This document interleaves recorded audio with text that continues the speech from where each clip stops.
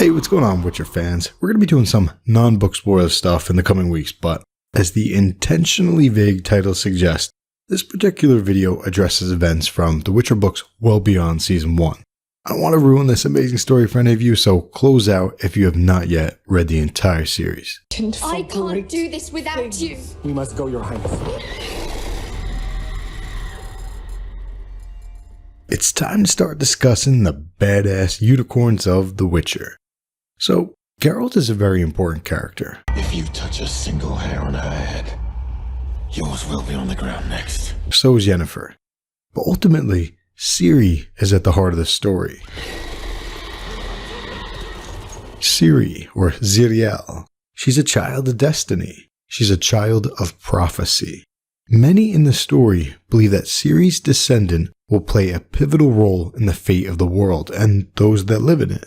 So, whether or not Ciri has a child is very important in terms of the plot. We know that Ciri never made love to Auberon. They almost did it, but they never sealed the deal. They never went, quote, all the way. But what about Hotspurn earlier in the story? When you read the story, it may have been clear to you that Ciri and Hotspurn never hopped on the good foot and did the bad thing, especially depending on how you interpreted this closing line here.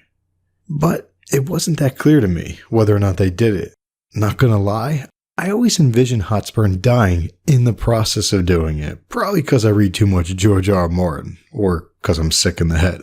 But upon my last reread of the story, I found further evidence, aside from this line here, that Ciri and Hotspurn did not do it. There are two ways to analyze this. First, let's quickly review a misconception. Early in the story, some of the priestess trainees told Ciri that she would not be able to do magic because she was still a virgin. And Ciri eventually does do magic in the story. So some fans mistakenly took this as proof that Ciri was no longer a maiden. But it wasn't proof. When the girls told Ciri that a maiden could not do magic, they were just teasing her. We learned from Yennefer that even a virgin can do magic, so you have to ignore that test as it creates a false positive. But there is another indicator which does provide proof as to whether or not Ciri is still a virgin at the end of the story. Unicorns. The Time of Contempt, Chapter 5 epigraph stated that unicorns are exceptionally timid and fearful of people.